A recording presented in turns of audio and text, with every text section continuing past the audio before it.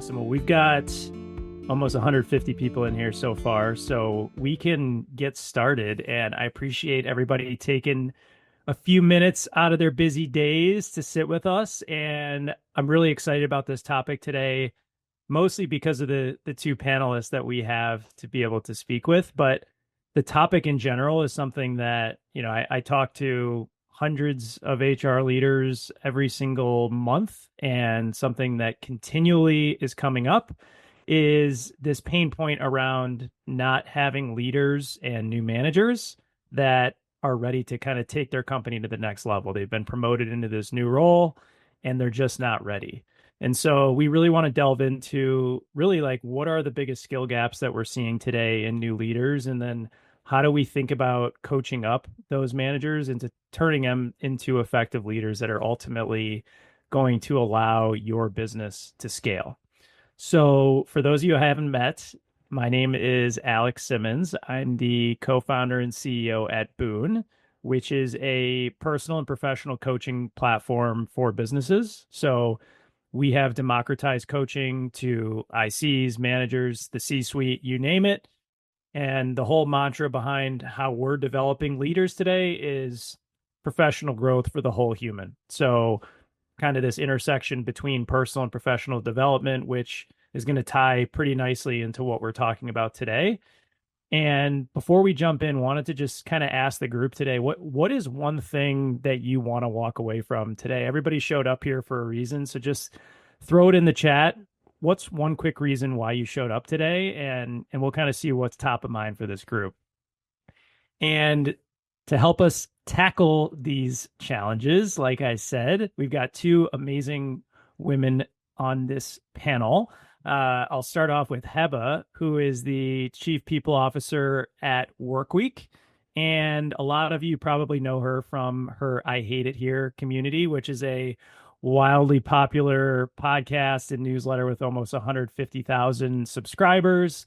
And a lot of what Hebba talks about is kind of this intersection between workplace challenges, manager challenges, managers not getting the resources they need. This is kind of her bread and butter sweet spot. And I feel like, Hebba, the stuff that I've seen from you, I think you do such a good job of just making everything feel so human and authentic and just real.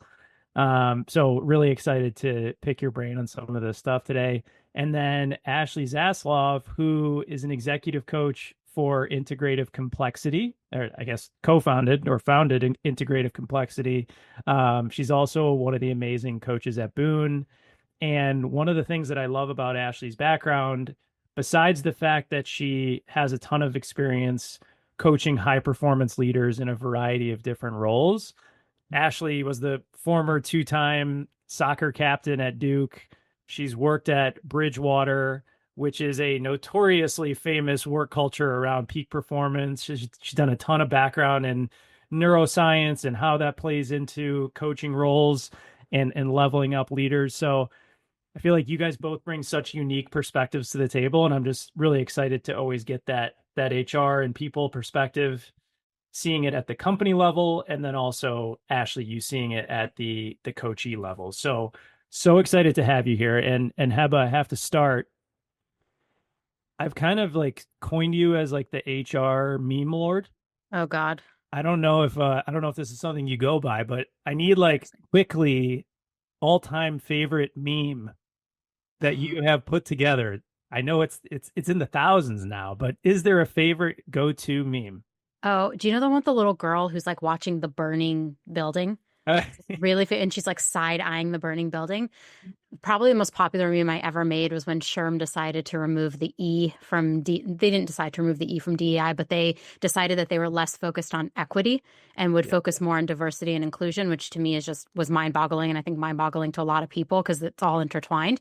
And I made a meme where it was basically like SHRM was the burning building and HR leaders was the young girl staring at the burning building, and people across the internet were like, holy cow. Yes.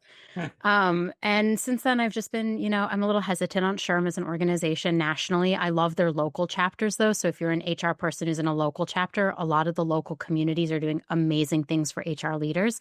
I think national, I just have a lot of questions around why they do what they do. And I think local community is honestly way more powerful. Yeah, I love that. And Ashley, you're coaching top performers every day. I'm curious, what was your biggest leadership fail stepping into a leadership or management role for the first time? Wow, we're starting off pretty powerful today.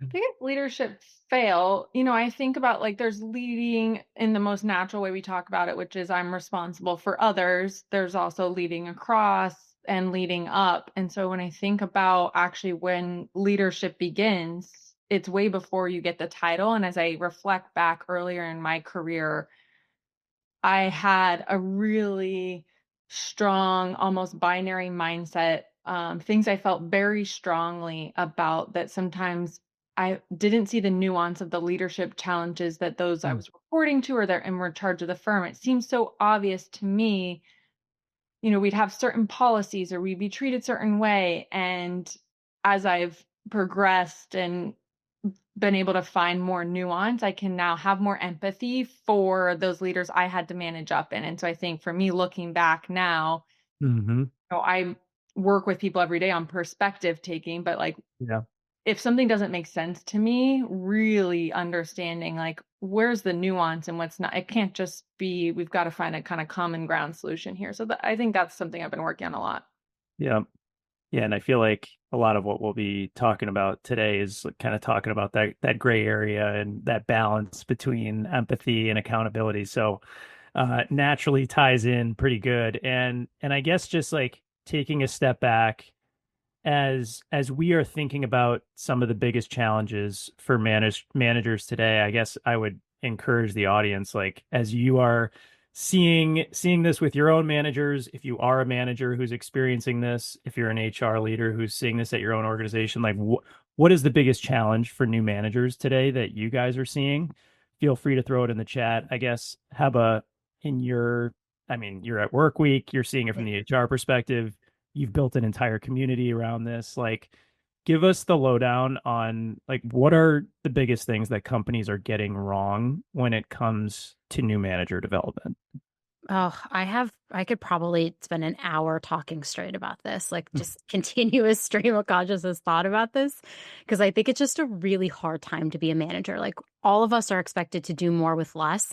But the part about management that I think is really hard is we're dealing with like humans who are experiencing the world outside, who have like lived experience and perspective. And each one of us is uniquely different. And that's so beautiful. But also, when you think about managing, that's kind of hard because you can't just apply one approach to everyone and think it's Mhm. going to work. And so I think like that's probably one of the hardest things that new managers struggle with is like, how do I manage each of these individuals while also managing what they want and need, their strengths, and how we get the work done. And I also Mhm. think this big topic that everyone's talking about is like Gen Z. How do I manage Gen Z? And I'm like, we're all different, but I think we're all different generations that kind of want the same thing. And so it's really thinking about like what do they need to be successful and how do you manage this kind of new way of work. We're also Yeah. adding in like the complex of some people are hybrid, some people are fully remote, some people are in the office. How do you, as a new manager, manage three potential different working styles? Mm. That's a lot. And all of it's like compounding at a time too, where managers are also expected to own a certain amount of work, especially if you're at a smaller staged company. You're not just managing. You're probably managing and owning work and actually producing work yourself. Yeah. And that's also very different too. Yeah. And I mean, it seems like there's a lot of tie into the nuance that Ashley was talking about and how, I mean, I've been talking a lot about how like there is no one size fits all approach to just manager development, leadership development in general. I think that's becoming even more true as these different workplace environments are, becoming more unique even across the organization, across specific teams. So I feel like it's showing up in a lot of different areas. I guess Ashley, I don't know if you have a perspective on that. I guess the other question I would ask you is like, as you're seeing the stuff that Heba is talking about as it relates to, different unique challenges, what are the biggest internal challenges that those managers are talking with you about as you're coaching through, and what are they struggling with? Yeah, no, I think it's a great framework. And when I think about development, it can be pretty overwhelming to say, like, okay, there's no one size fits all. I'm a manager, I have to address every individual uniquely as an organization. How do I do this at scale? And the framework that helps me is when I think about development, I think about inner game and outer game. There's a famous book by Tim Gallwey, The Inner Game of Tennis, that then he translated into leadership. And so when I think about skill development and leadership training and a lot that HR can do, it's the scaffolding of the outer game. Hmm. When we talk about coaching, which you can do at scale, thanks to organizations like Boon, there's the inner game, which is about what are the mindsets, beliefs, identities I need to then step into those behaviors. And if we can kind of bifurcate those two things and say, how are the approaches we're bringing to this addressing both of those dimensions of development, I think it gets a lot more approachable as a single manager, as an organization. Hmm. And within, I think your question was within the inner game, what am I working with people on? Specifically to this challenge of making the manager transition, there's many things, but I think the thing I see the most is helping them develop unattachment. Hmm. So what I mean by that is when I first start working with someone, I often ask them to start a new hobby, usually something physical. It could be painting, singing, tennis, running, so they can remember what it feels like to be a beginner again without attachment. So when they show up to play tennis the first time, they're not like, "Oh, I'm a horrible person. I'm going to be a failure in my career. I'm going to lose my job." If I can get them to have that parallel experience when they start learning to become a manager and take Hmm. the attachment out of it, which is hard because work is our self-worth, our compensation, our livelihood, we can Hmm. approach becoming a manager with that beginner's mindset and know what that feels like. So that's what I see probably the most that I work on people in that manager transition is trying to get to that place so that we can start working on some of those skills with Yeah. that mindset. That's so interesting, and something that I've been thinking a lot about is it. It's almost as abrupt as saying like you need to forget about a lot of the things you did well as an IC to become a successful manager. So I love that idea of kind of becoming a novice in something new and having some of that detachment. And I know that like something that I struggle with as a leader is having identity crisis related to things that I'm doing to Boone. So like how much does that tie into me as a leader and what I'm doing today?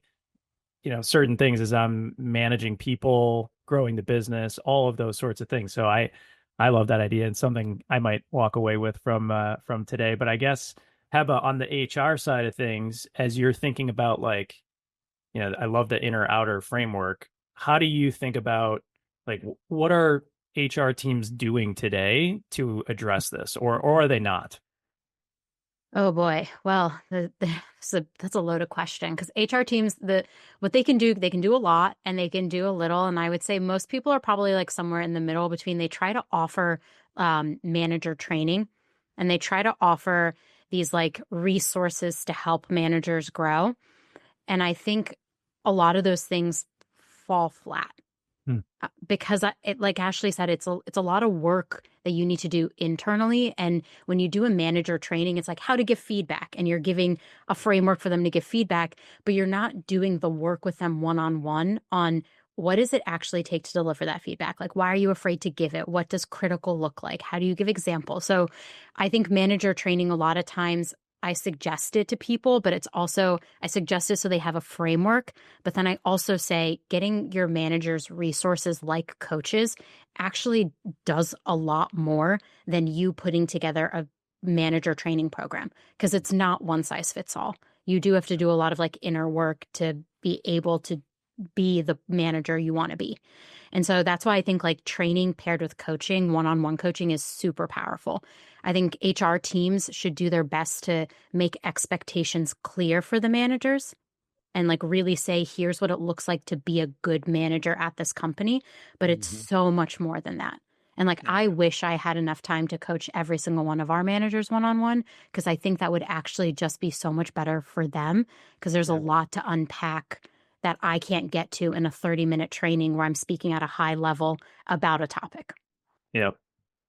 Yeah, I think the common conversation we have typically with small businesses, and I mean, how about you guys are 50 employees or so, and this is common where it's like you have an HR team of 1 to 3 people, you're spread super thin. Hebba is only one person. It's like, how do you scale something like that? And we have found that kind of the default is like maybe we'll have executive coaching for, 1 or 2 people in the C-suite. That's not scalable from a pricing perspective. So then we'll add on some, quarterly manager training, that sort of thing around some topics.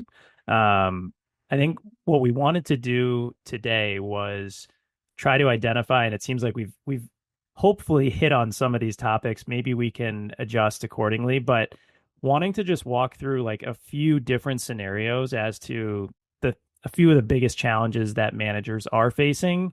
And one of the things I love about having Ashley and Hebba here, you're kind of getting both perspectives on how those things are showing up, both in the workplace and then with a coaching relationship more specifically. So, Ashley, maybe we'll start with you on this one, and the specific topic, which I've seen show up in the chat a few times, is around delivering and receiving feedback. So we've seen that a lot of new managers are hesitant to give real feedback. They either avoid difficult conversations or they soften it too much, some combination of those two. But we found that direct feedback is one of the most critical skills to being an effective manager. So I guess like I've seen a lot of your work talking about reduction in unforced errors. How do you think about this as it relates to giving tough feedback and just really the ability to deliver and receive feedback as a manager more generally? Yeah. So when someone comes to me and we're talking about tough feedback, I think, like I said, the inner outer framework. So first, I'm diagnosing like, do they know how? Do they have a mental model for how to give feedback? Like, is there a skill gap there, which then translates into confidence? Like, if you've never seen it done, you've never received constructive, candid feedback, you don't have a framework, then all the confidence issues come a lot in part from, I've never ridden a bike and now I got to jump on a bike. So we start there. I'm like, okay, but then I'll talk to a lot of people and I say like, how do you how would this go? And you see them go and they kind of know what to do. And so then that clues me in something else is going on here. And a lot of times, not always, what we talk about is hidden commitments. It's a really powerful framework around change. And Bob Keegan, I think, is who wrote Immunity Change. And this hidden commitment framework is, what am I committed to by not giving feedback Hmm. or, you know, qualifying or giving softer feedback? And usually it's comfort, it's avoiding the discomfort, the awkwardness. And then we flesh out like, what do I need to be committed to give the feedback? And we have a really rich discussion that connects them to the why for them in a unique way, because it is different for every person. They have different goals and purpose and aspiration, and connecting them to what about me and my development as a human Hmm. connects me to why this is important to me and that goal. And so separating out, like, there's every time I choose to not give the feedback, I'm committed to something with no Yeah. judgment. When I give the feedback, I'm committed to my growth as a leader, um, achieving these goals that are super important to me. It's different for every person. And so that's usually what I help distinguish when I see they kind of know what to do and they're still not doing it. That's one framework I think that helps. Really interesting. And I mean, I think getting that initial framework in place in that mental model, I think is true for so many people where, I mean, even just thinking about my childhood as an example, like in my household, we didn't really have difficult conversations. We kind of just swept everything under the rug. So it's like, how does that play a role in who you show up to be a manager, and how do you unlearn some of those habits to start to create that mental model and have never had any sort of leadership development training or anything like that before. So I guess how about you're kind of in this HR role, you're also playing a coaching role within your organization. I guess what's ringing true Try to. with what sounds like you do a pretty good job of it. But what's ringing true with what Ashley's talking about, and kind of how are you seeing this show up more holistically?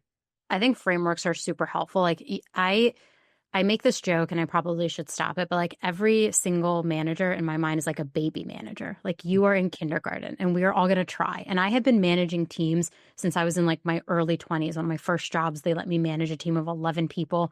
Unheard of. I had a 3-day training and they were like, go free, go be a good manager.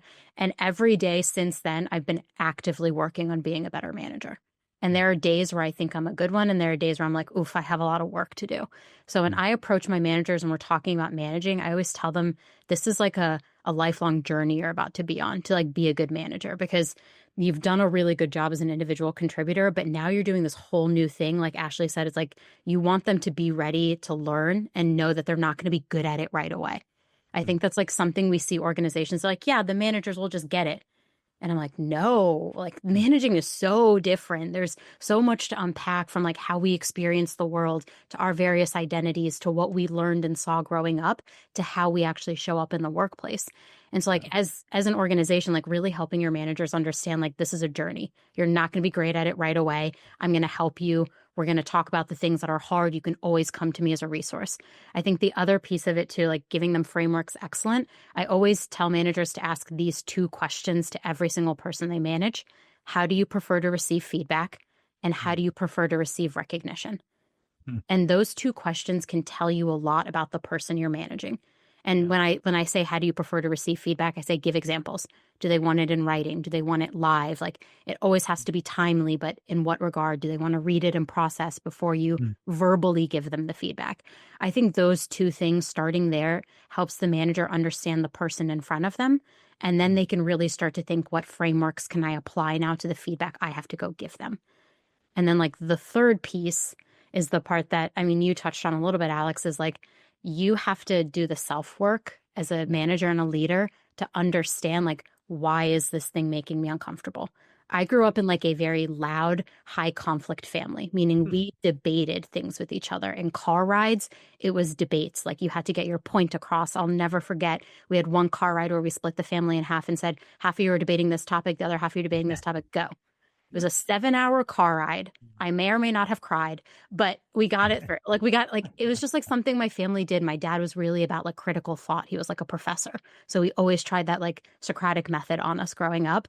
So I love conflict. I love talking about hard topics. I love talking about something critical, but Yeah. not everybody has had that experience. A lot of people grew up with parents that avoided conflict because that was a parenting tactic in the 90s. Don't let your kids see you fight.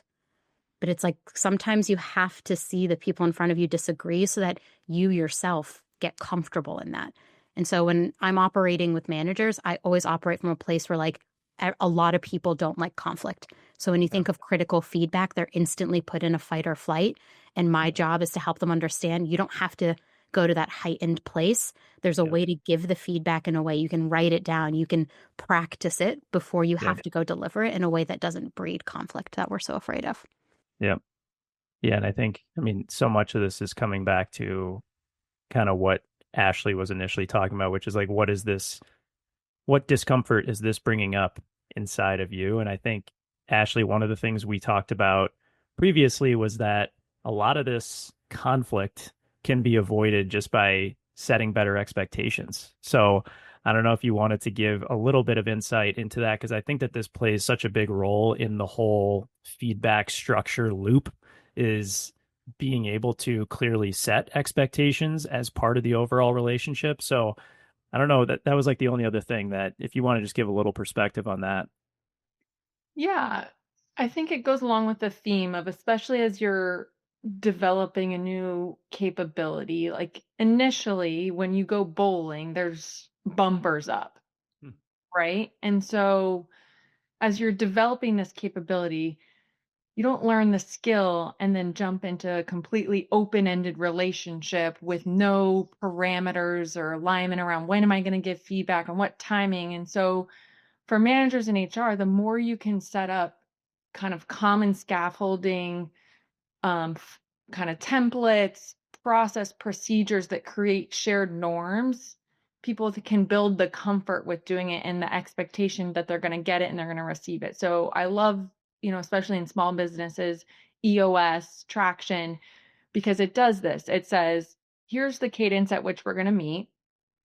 Here are the topics. Here's the ways, whether it's the 2 questions Hebba had, but here's the questions we're going to ask and receive of each other.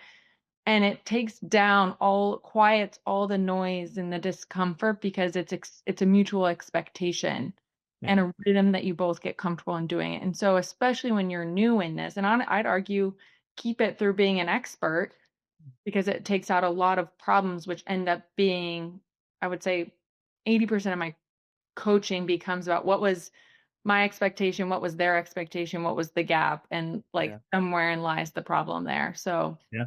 EOS, there's a lot of frameworks out there, but if you can systematize the Right. bumpers around this, Yep. will create a much better foundation to do these hard things. Yep.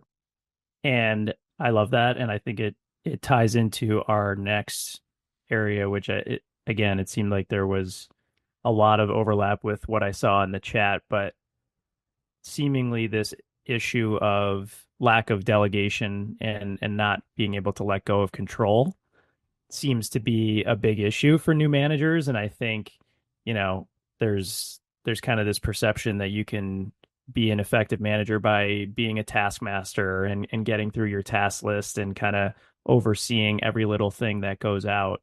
But one of the biggest traps we're seeing is kind of holding on to work. And when you're not empowering the people beneath you, you're not allowing them to grow, which is ultimately going to allow you to become a better leader. So I guess, Heba, from the HR side, how are you seeing this show up? And I guess what's one thing companies can be doing differently to kind of help encourage this lack of micromanagement? I think it makes it even more difficult when you're talking about remote, hybrid, in person. You're not really sure where these people are, what they're doing, if they don't have anything on their calendar, I can't see them. So there are all these additional questions that come up in this new work environment. So what do you think we can be doing differently as an organization? Well, first, I think a lot of HR leaders will say this, and this will resonate with them. Let's see. Sorry, my internet's been a little wonky today. Okay. I think the first thing that I would say for a lot of people is understanding that just because somebody is a high performer does not necessarily mean that they're going to be a good manager. I think all of us have experienced it where we've been promoted or potentially given a new job because we're doing so good at this job, but managing is so different. And so I think a lot of HR leaders now are really focused on, can we create a path potentially where our high performers stay ICs and don't necessarily become managers? And what does the ramp look like to go from a high performer to a manager? Because I think like we have made that misconception so often that because you're really good at this job, you'd be really good at managing 4 other people doing this job. Mm. And that's like not the case a lot of places. In fact, I was promoted at my first job because I was a high performer, but I really wanted to be a manager. And so I have talks internally with high performers all the time where it's like, hey, if you want to stay a high performer and be an IC, we can figure out that path. I don't want you to take this management path because you think it means more money. And that's the next step in your career. And so I think a lot of HR teams are looking at across their organizations now and trying to see, okay, where do I actually need a manager and who should be that person, rather than is there just a high performer that we should promote into this? There's also been this trend, I don't know if you've read the news, where like Amazon and I think Dropbox are actually cutting a certain percentage of their middle managers. Yeah. And they're saying like, we don't actually need these people anymore. And I also think that is a bad approach, because humans do need guidance. They do need tasks delegated to them. They do need performance conversations. So I think there's this beautiful mix in the middle of what does it look like to create ICs that have a path and managers that actually want to be managers. That was you brought it up as I was going to say the Amazon situation, but it does, I guess, what this naturally brings up for me is like, how is AI going to be playing a role in all of this? And is the more natural go-to going to be more of this flat IC model where they're able to kind of get more leverage out of that individual contributor versus having all of these layers when, you know, you theoretically might be able to manage a team of AI agents 3 to 5 years from now. So it sounds like Hebba, you're somewhere in the middle on all of this. Someone said this in the chat, middle managers have the most impact on the day-to-day culture.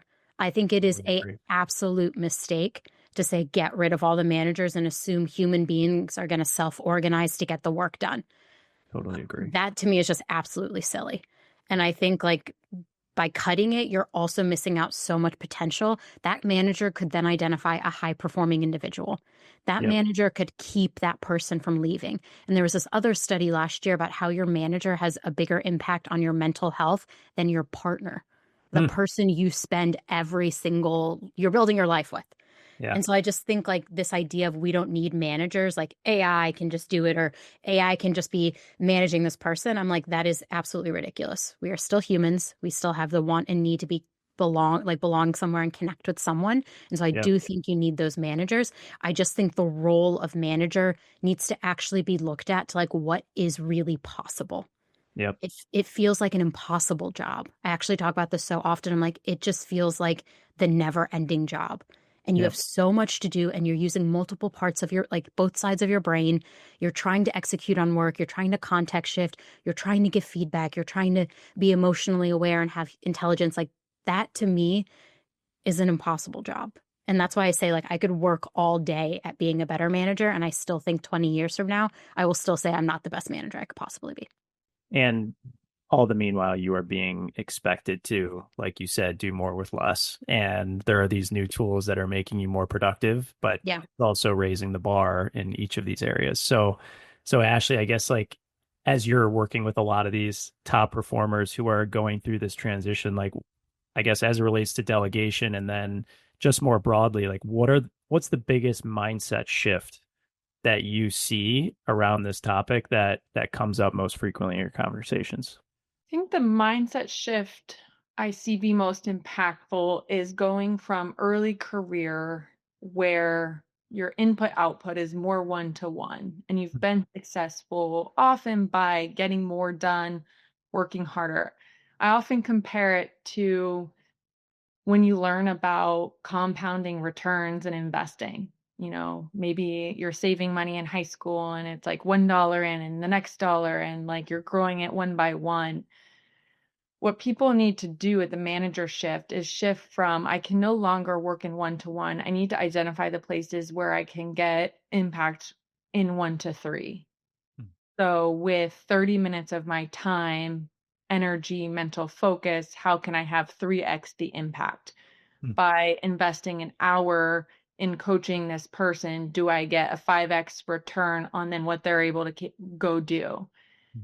People try to hold on to both. They try to both, you know, work as many hours as they can in a day to deliver like maximum output because that's how they're comfortable getting results.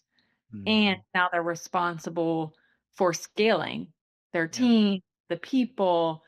And, there's the famous Amazon's popular in this conversation today.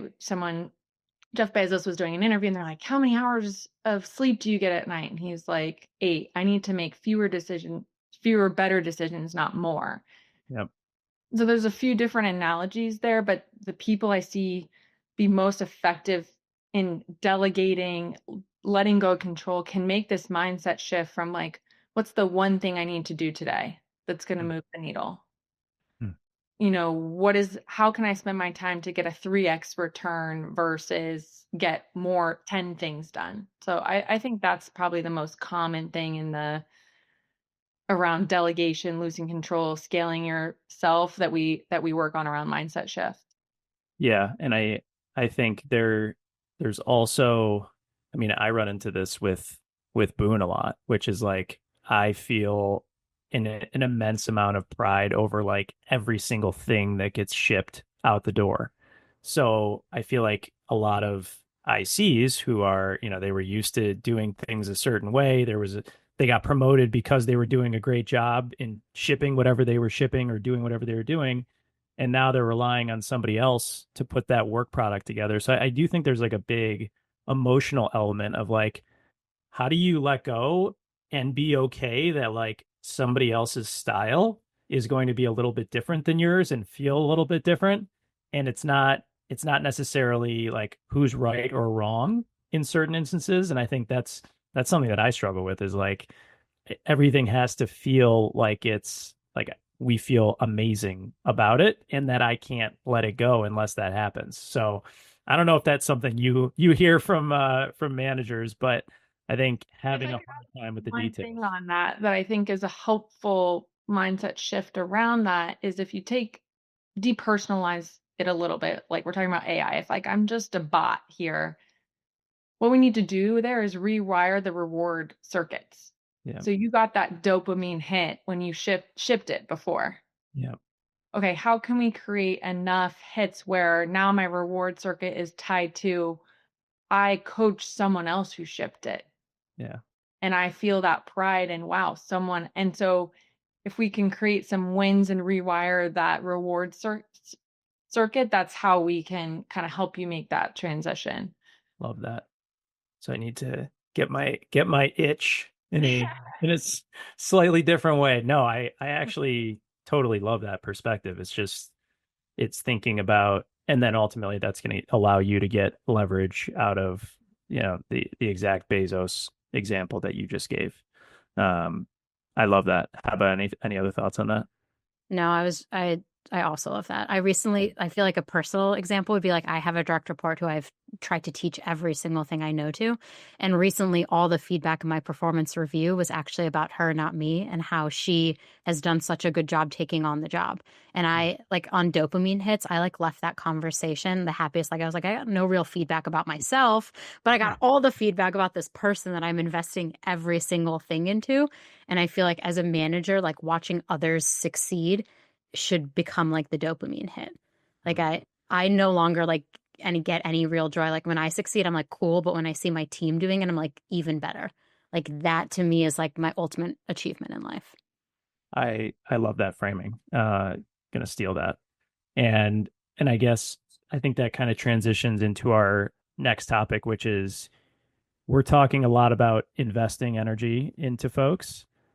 There is kind of this constant struggle of like, how do you find the balance between being too harsh and too hands-on versus being empathetic versus holding people accountable, and really where is that middle ground? So Ashley, maybe we'll start with you on this one, where like how do you frame this idea around finding that balance between empathy and accountability?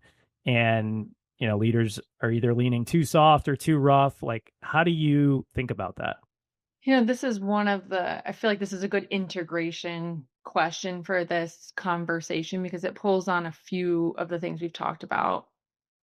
The first thing I think about is in terms of what is the right accountability, which is what is the goal? Sometimes I feel like people need to step back and reframe. Is the goal to get the outcome done, or is the goal to build capability in a person that can do this thing?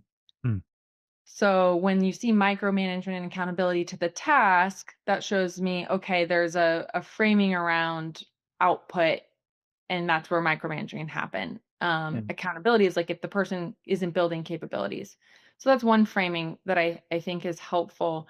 Also, this is where the structure and the scaffolding, the bumpers, is super helpful. So EOS has this framework where here's the expectation, here's what I'm seeing, we're going to revisit this in 6 weeks, here's what I've seen, here's how, and then like on the third meeting of this, then we're going to talk about the consequences, which are ABC. Like if you lay those things out in advance, then when they unfold for both of you, it's still hard, but it's setting the expectation that makes it more easier to navigate because the Yeah. expectation is set between both. Like here's how we give feedback, we give an expectation, we both mutually have the observations if they're not improved on in this time frame. So I think that's a very important piece Yep.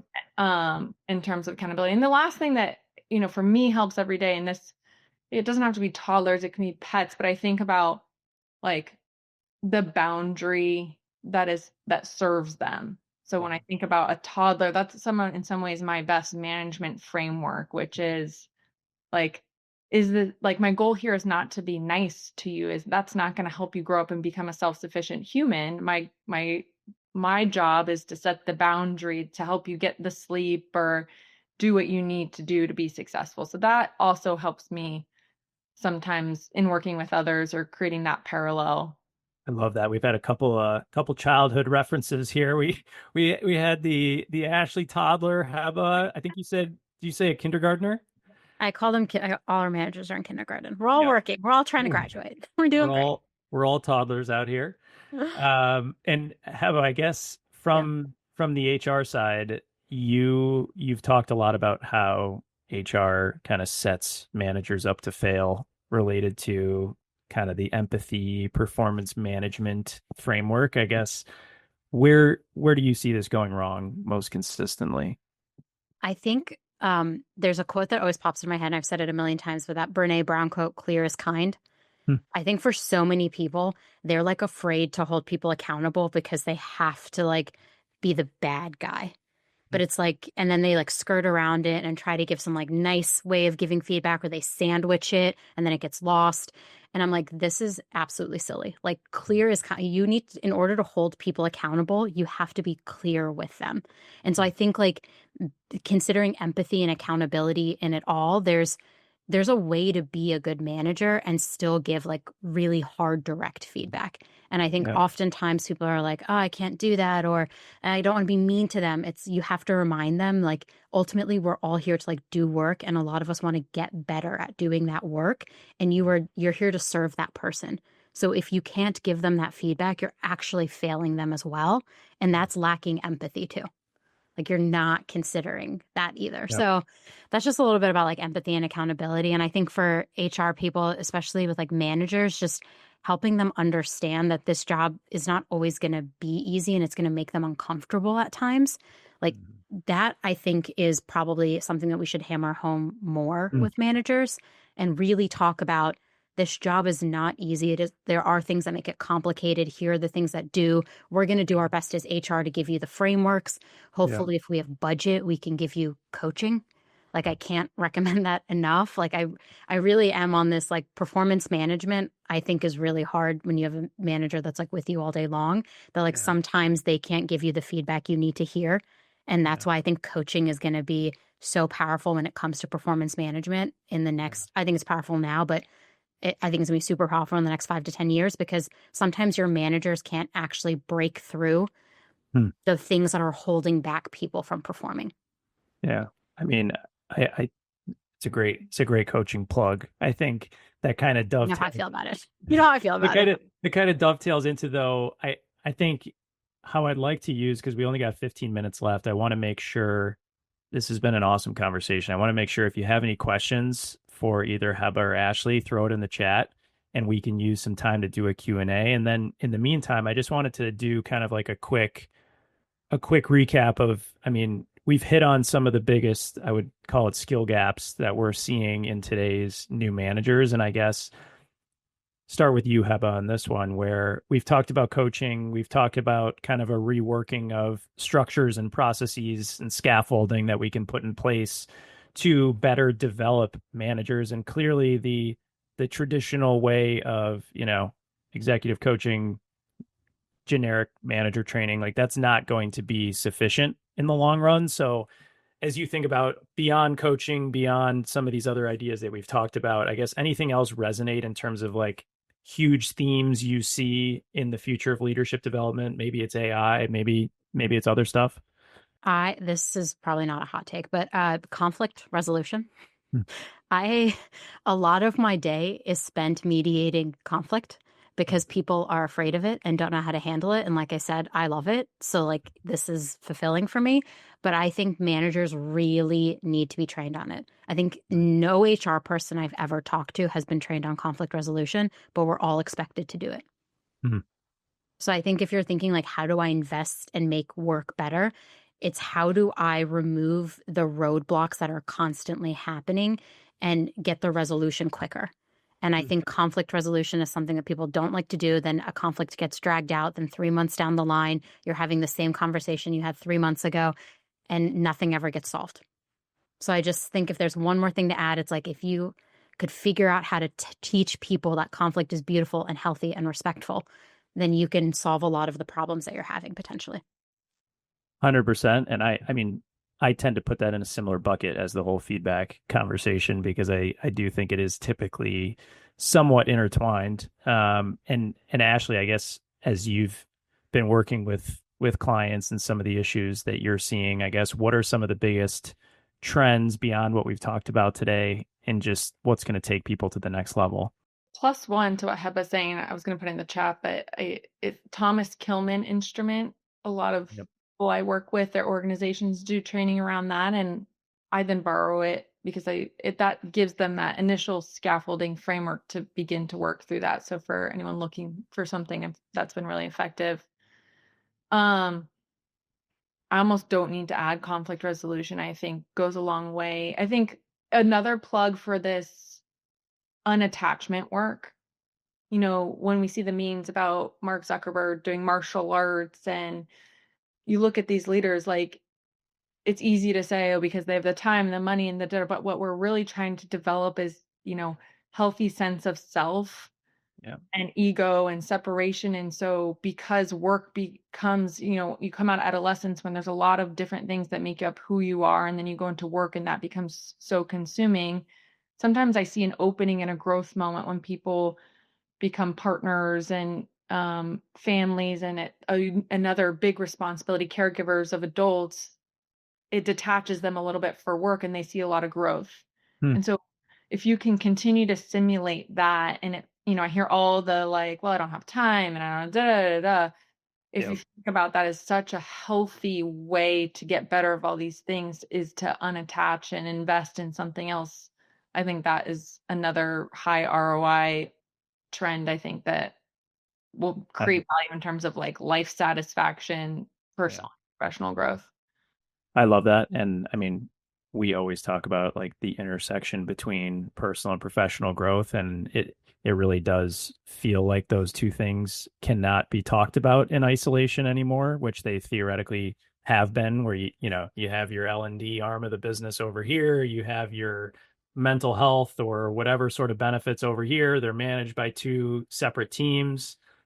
That model never really made sense to me because a lot of the challenges that I'm facing, what we're dealing with all of the employees we're talking to, they're all intertwined. So that really resonates, Ashley. And we had a question back on the conflict resolution piece. Hebba, when you say you love conflict, can you explain more of what this means and how you experience this in such a positive framework? Okay, that's such a good question. Called out. Thank you, whoever asked that. Okay, so I did a lot of work a few years ago defining my core values and like just who I am as a person and how I show up. And I've narrowed it down to 3. They've stayed pretty consistent in the last 6 years. It's gratitude. It's one of the biggest things to me. Honesty and curiosity. And I think the reason why I love conflict is because I'm a deeply curious person. I grew up reading a lot of fiction. I, again, had a father who was a professor, so he did a lot of like Socratic thinking methods on us, like tell me what you're thinking and why do you believe that? And here's a book. So I think for me, conflict is a way to question my own thinking. And I love growth. And I have gotten really comfortable with it being uncomfortable. Like Ashley said, I try like one new hobby a year and I'm horrendous at it. I one time took a 12-week tap dancing class and it was the worst experience of my life as an adult because you have to have like really loose ankles to be a tap dancer and to like you've been walking your whole life, so it's really hard to do that. But it was like a very humbling moment for me, but like I like the feeling of being uncomfortable because it means I'm learning. So when I think of conflict and I feel my defenses go up, I almost instinctively have trained myself to be like, hey, shoulders down, relax. This is fine. You are going to learn something and it's okay if you don't like it. Yep. And I mean, like, even most recently, I had this experience with my CEO. He and I both love conflict. So we like joke about it because our rest of our executive team is like, the two of you, this is too much for us. But we both love conflict. He gave me feedback on something. I replied right away and said, hey, 1, I accept your feedback. And 2, I challenge it. And he said, okay, why? And then we like went back and forth on the challenge. We both got to somewhere really good at the end of it. But I think because I trust him and respect him so much, we're able to have that conflict. And what I think is missing in a lot of conflict is you trusting that the person across the table isn't going to hurt you somehow. Hmm. And so I find that like if you have good relationships with your peers, if you had good relationships with your manager, your counterparts, and you have the trust and respect with one another, you're not going to try to hurt each other in the conflict. It's going to help each other in the conflict. Hmm. I'm also the youngest of four, and I've watched my siblings fight my entire life. So I feel like maybe that also contributed to it. It always plays a role. But I Yeah. think something that resonated that you were talking about, which I am very impressed by, is like intellectually, I know that in the moment when I'm feeling uncomfortable, it's a moment of growth and like I'm ultimately going to be better for it. I think me and I think a lot of people, it's like, well, you're feeling really triggered in that moment. It's one thing to understand it intellectually, it's another to be able to just like really just push through that real time and kind of get to the other side of that.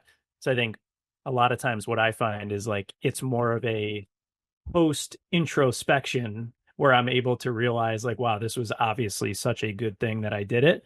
But in the moment, it is still a lot of discomfort. And I think just constant reminders of this is ultimately so good for what you're trying to do. To be clear, I go like journal about it later and I'm like, I hate this person.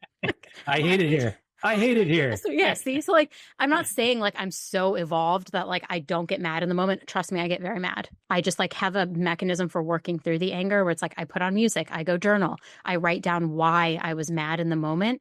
And a lot of the times I'm mad in the moment because of previous situations that led me to where I was. And so I think like if you can create that own feedback loop with yourself internally, ask yourself every day, why did this make me angry? You can find the growth within yourself, but you just have to be like really honest and you have to want to do the work. Yep. And So a quick thing to make maybe feel more accessible is if you think about Hebba relates to conflict in one way because she had a positive experience with it growing up. yeah. Others, many of us relate to conflict in a negative experience way. So with any of these evolutions where if you can start with how can I relate to this in a new positive way or relate to maybe a bad habit in a negative way and start to work through that recircuiting, Yep. then the change becomes possible. So I think if you kind of break it down into like we are machines that are patterns that have learned to relate to things in positive or negative ways, and how can I, and so a lot of times I'll have people like audit, like who are the people around me? What are the podcasts I'm listening to? How can I shape the things I'm taking in that might make me relate to pain more positively? Yep. 100%. Yeah, and I That's so think cool. that's kind of what I was trying to get at was, you have a unique relationship to conflict. You have a gifted relationship, but Could be unhealthy. for us mere mortals, how Yeah. do we yeah, no, I totally agree with that. And I think making all of these topics more approachable is and relatable is really the key in all of it because I think a lot of people just don't know where to get started with all of these different skills. Um, Only 5 minutes left, so we've recorded this podcast, so this will be going out to everybody, just so you know.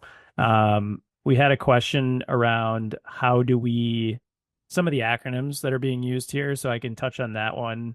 Or I guess Ashley, did you maybe want to touch on some of these acronyms around EOS and IC and L&D? Yeah, I threw the names in the chat and sorry Ah, for not being more intentional throughout the not bad. conversation Yeah. about saying what those are. EOS is an entrepreneurial operating system.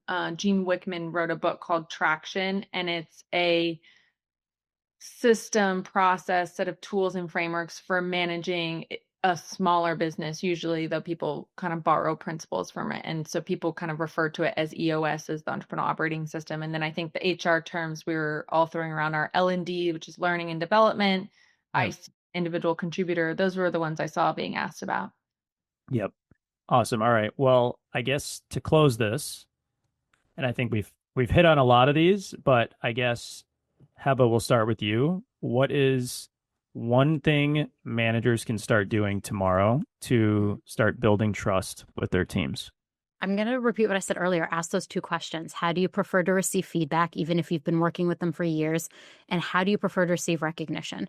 because I think we're not recognizing people enough, and that goes a long way in building trust. I love that. Simple 2 questions to ask managers when you get back to your Slack, when you get back to your next one-on-one.